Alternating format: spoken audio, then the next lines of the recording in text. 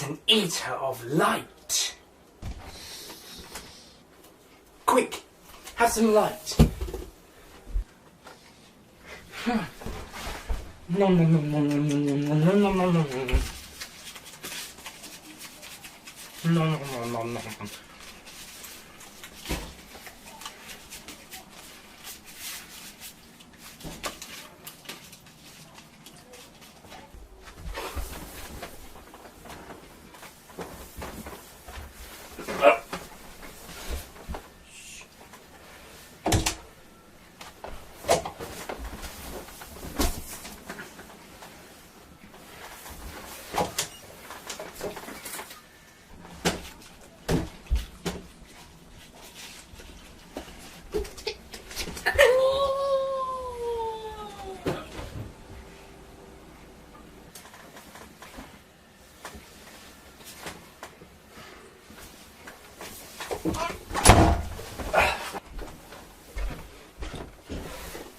Saved the day once again, thanks to the Doctor.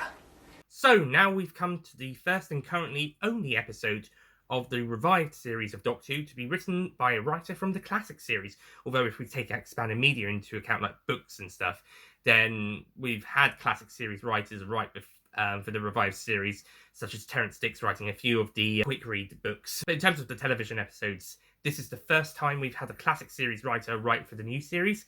And this is, of course, Rona Munro coming back from Survival, the final classics television story, and the second best Seventh Doctor story, in my opinion, after the fucking awesome Remembrance of the fucking awesome Daleks.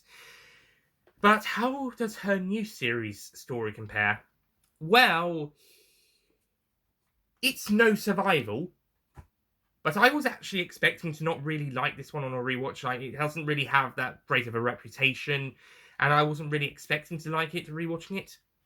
But actually, rewatching it, I've got a new appreciation for this episode. So stay tuned for a positive review of this episode, which is probably a not very popular story within the fan base, and probably looked down upon. But I've kind of been enlightened to what this story's trying to do and what it does do. So, yeah, I mean, it's not completely perfect or anything, but, yeah, I'll give it a positive review. So, we'll be doing that in 3, 2, 1...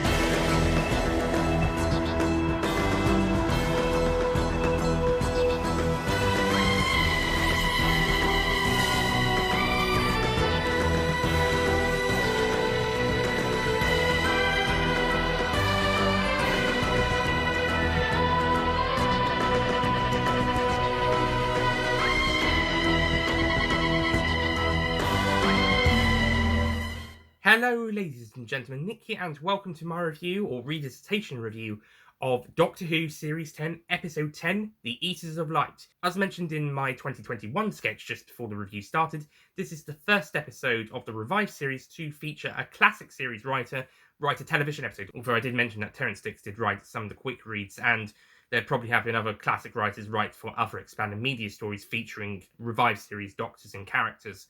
But in terms of the television series, this is the first television episode to be written by a classic series writer, and currently it's also the only one, unless a classic series writer is confirmed to be coming back for Series 13, or a later series.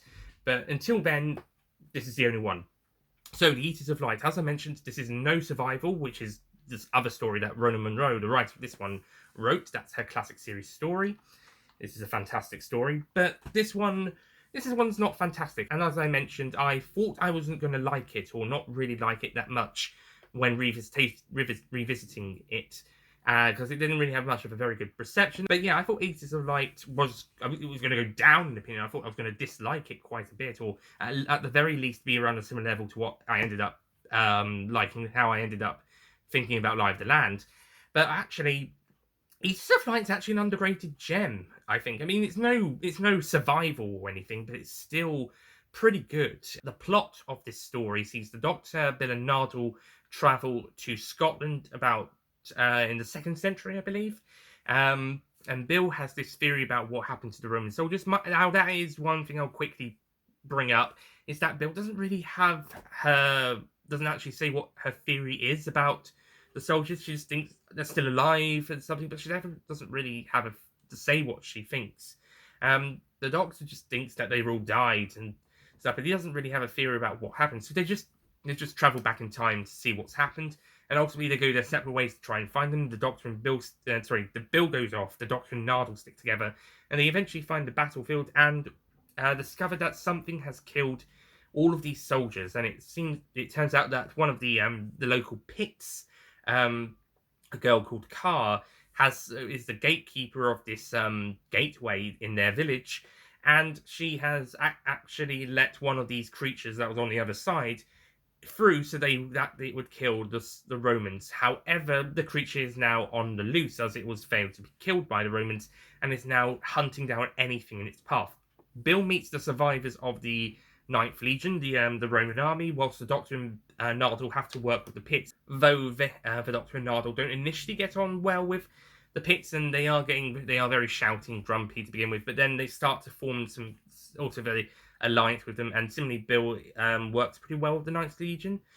Also, I should quickly mention, because someone might mention it, or they might not, that Bill does reference that she is LGBT in this episode, but that's due to the fact that she thinks maybe one of the Roman soldiers is maybe coming on to her or trying to impress her or something, and then it's revealed that actually Roman soldiers are actually very modern.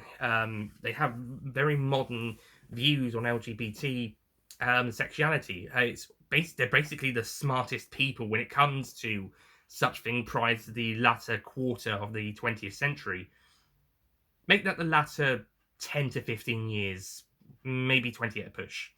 But yeah, and it's only really been brought up just to have this. If this is factually correct, then Bill's plexi is just brought up to say, hey, the Romans didn't give a fuck about it, so it's still pretty cool. So it's also pretty interesting for the characters, for them to do that. Maybe it's probably the most in-the-face moment of Bill reminding us of her sexuality, but you know, if it's something similar to Knock Knock as well as some historical context, I don't mind. So anyway, the two parties do come together, and eventually they do have to work together to stop the creature and send it back into the portal. Now, as I did mention in my Empress of Mars review, this does have a couple of similarities to that, where you've got the two opposing armies and they're shouting at each other and they're prepared to fight each other, but then the Doctor and Bill make them realise that now that they can understand each other, they can actually realise how stupid they're sounding. They sound like children, and technically they are teenagers, basically. They're all teenagers. So they all sound like children, to be honest. That does make a lot of sense, because them being teenagers or young adults do make them sound like children. I wonder how interesting this idea would be when actually applied to actual adults in another story. That would be a really good idea. Maybe Ronan Munro can come back and do a story like that. Maybe Eaters of Light, but with adults, and the adults can realise, oh snap, we're acting like children. Let's be honest, children and teenagers and young adults are way smarter than older adults give us credit for. So it's a really interesting idea that Rona has with having the two opposing parties, once they are able to understand each other, and then they can just decide to team up with each other because they both agree that they sound like children. They're just squabbling kids, basically, which is kind of ironic because they are teenagers here. But like I said, it would be very interesting if we could apply this type of idea for adult characters in a future story, perhaps. Maybe something like this could have happened in the last episode. But yeah, it's a pretty great idea, and the fact that they that's why they team up together, because they realise, oh snap, we're being childish, and we've got to gotta work together to stop this big monster thing. That being said, I'm not really a fan of the Doctor just brushing off the pits because they are children. He's making quips and jokes about them being children, and just being a little bit rude about it. This feels a bit out of character for the Doctor. He's just making they're kind of a bit annoying when they got him and Nardole surrounded with the spears and stuff, and they're just being annoying for the sake of it. But then he starts making jokes and jabs about them because, at least certainly to Car, at least, because they're kids and they're not really fought in battle. Now, yes, they probably haven't properly fought in battle, but it does feel a little out of character for the Doctor to still make a couple of jabs about them. Being annoyed with them, fine, but having a go, having jabs at them because they're kids, and not too much. Honestly, I think the best character in this episode is Nardal, because he's just really fun and he's got some great moments, and yeah, it's just really fun. Of course, the main actors are all great. Peter Capaldi, fantastic. Bahel Mackie, fantastic, and Matt Lucas, fantastic. Um, there's some really great character interactions between them and the Pits or the Romans, or Pits and Romans when the time comes. So yeah, there's some good character stuff. I'm just not so keen on the Doctor kind of dissing the Pits for being children. Being annoyed with them because of their being a bit annoying and childish, fine, but just calling them out for being kids, a little bit out of character for the Doctor in general. Even the Sixth Doctor would probably hold his tongue on such a thing. In terms of negative points, the main issue, this one's not a perfect story, is the monster. The monster is just a generic dragon alien creature. It's a bit bland. It's got these kind of tentacle things coming out of it that wrap around people and take them, and suck out all the energy, light energy from them. But it's just a typical generic alien lizard creature with horns running around the Scottish countryside. It's generic. It's not very interesting and not a great design. It's also very CG, so yeah, it's not one of the better alien creatures. And I think honestly, the cheetah people from Survival, despite not looking as good as they could have been due to 1980s budget, actually look better than these creatures, which probably look as good as maybe the writer wanted because of the budget and the CGI, as opposed to the cheetah people who didn't look as good as how the writer wanted. And they look more like teddy bears, or cuddly cheetahs at least because of the budget. But honestly, compared to the cheetah people, I think these aliens look weaker. So yeah, that's round one to the cheetah people. And I have to make that round two, because round one also went to the cheetah people, because as mentioned, these creatures are just generic and they don't really do an awful lot. Most of the things that they do are off screen. They're killing off the Roman legion. There's a few more deaths on screen, like one Roman soldier, one or two counts, but it's ultimately just, yeah, it's just, they don't really do much. And there's a whole portal with more of them, which could be a great threat. And Kara and the Romans have to go in and sacrifice themselves in order to keep these creatures at bay for the rest of eternity. But or actually, maybe also some Pits to do the music as well. But it's just the creatures are just not that interesting. They're just there for a monster of the week, really. And the design is generic. The ideas are interesting. It's just a bit of a generic monster, really. But despite my niggles with the monster and a few out of character moments for the Doctor, it's still a pretty good story with some good stuff going for it, with some great character interactions with the supporting characters, and with the climax is pretty good actually with this, and the connection with the crows is also pretty interesting. I also love how crows at some points are trying to say Doctor, or this is trying to sound like Doctor. That's really great. And the fact that they go Car is a nice sort of remembrance thing of Car, the person. And it's some pretty good stuff. I will say I'm not so worried about the pre-Titus thing with the in the modern day, and with the boy and the girl, and then the girl towards the end of the episode. I think those could have been cut, but they make sense to be there, so I'm not going to be too worried about them. But yes, I found this episode to actually be quite enjoyable and quite great interactions. It's only really those nitpicks I mentioned about a minute ago or a few seconds ago, is what kind of lets it down a little bit. I'll also quickly mention the Missy scene at the end. This is probably the best of the Missy scenes from the last 3 episodes. I thought the best stuff of her so far has been from Extremis, but out of the last 3 episodes, this, Empress and Lie, this is the best stuff. By now she's definitely genuinely wanting to change and to do good. Also, it's interesting that she's now helping the Doctor maintenance the TARDIS, but it's okay, she's just as much trapped in the TARDIS as she is in the vault. This is due to she's being allowed to be in the TARDIS instead of in in the vault due to the fact that she helped them get back home from Mars in the previous episode. Maybe Missy's able to now stop the TARDIS from malfunctioning or whatever was going on in Empress. Okay, so Eaters of Light. I think it's a good episode. I think it's a very good episode. But I think that there are a few niggles in it. But beside my niggles, it's a really good story, and I had a bit more of an appreciation for it. It's quite a fun adventure and has some good points about listening and understanding. Oh, that reminds me of another nitpick. Bill thinks it's something to do with the Doctor, and he's going to say, yeah, yes, it is, but he doesn't really correct to say it's the TARDIS translation thing. Although Bill theorizes it's the Doctor or the TARDIS, and then the Doctor says, yes, it is me, but he doesn't really mention the TARDIS telepathic circuit or something.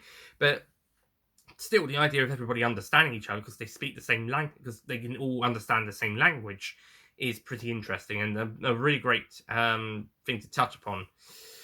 So I will be giving the Eaters of Light, after all of that, an 8 out of 10.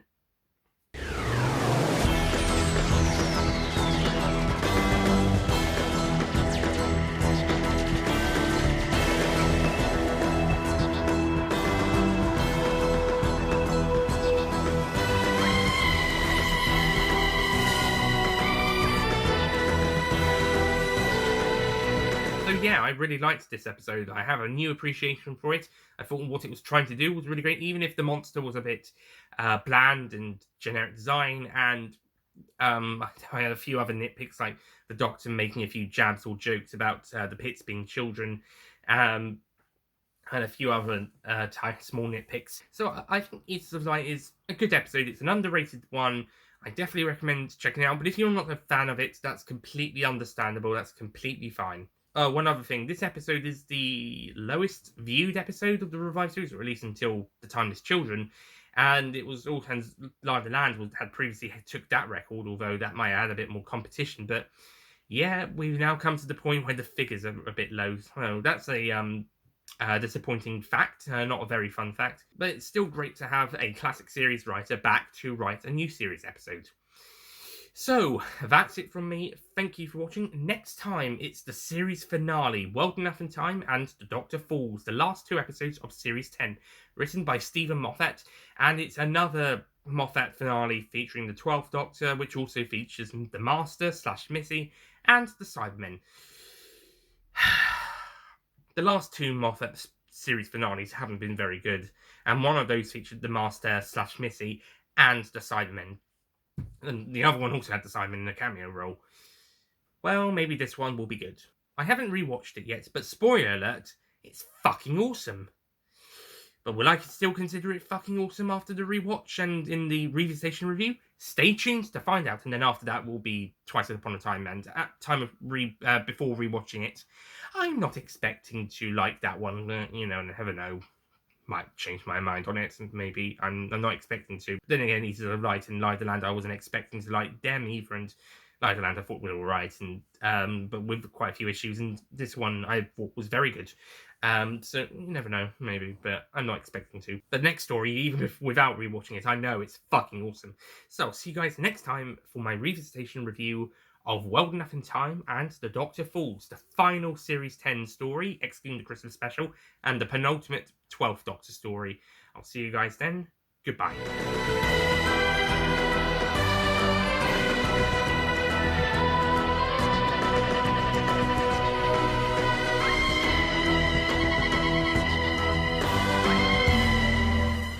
Don't forget to click below to subscribe to the Nicholas Payne YouTube channel.